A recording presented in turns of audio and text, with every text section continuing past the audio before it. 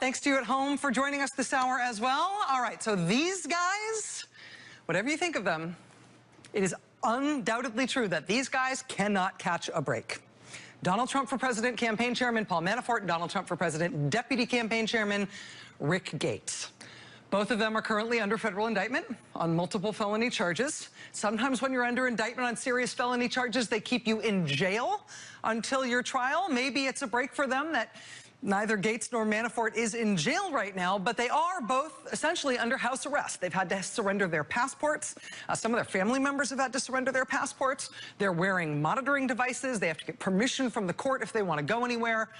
Their trial is set for May of this year. They've both had to put up millions and millions of dollars to secure their bond, $10 million for Manafort, $5 million for Gates.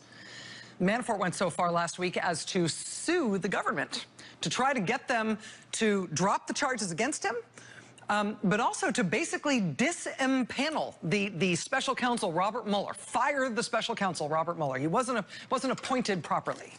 Now, nobody thinks that lawsuit from Manafort is going anywhere.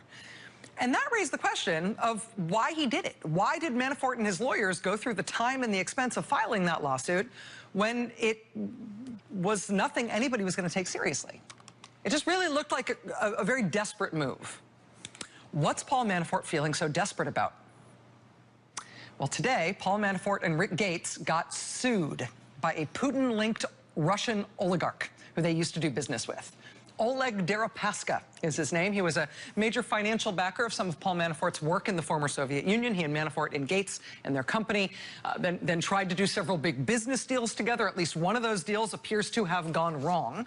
From what we can tell, it seems like Oleg Deripaska gave Manafort and his company many millions of dollars, like $15 or $20 million, to try to buy a cable company in Ukraine. They don't seem to have ever bought the cable company.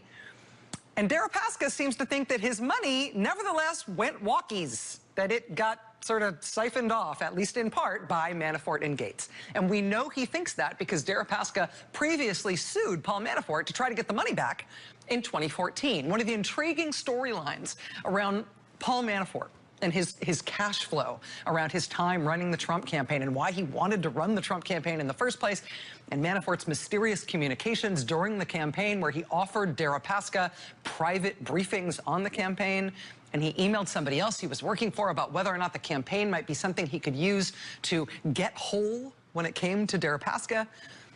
One of the intriguing question marks about all of that Paul Manafort stuff is that even though Oleg Deripaska sued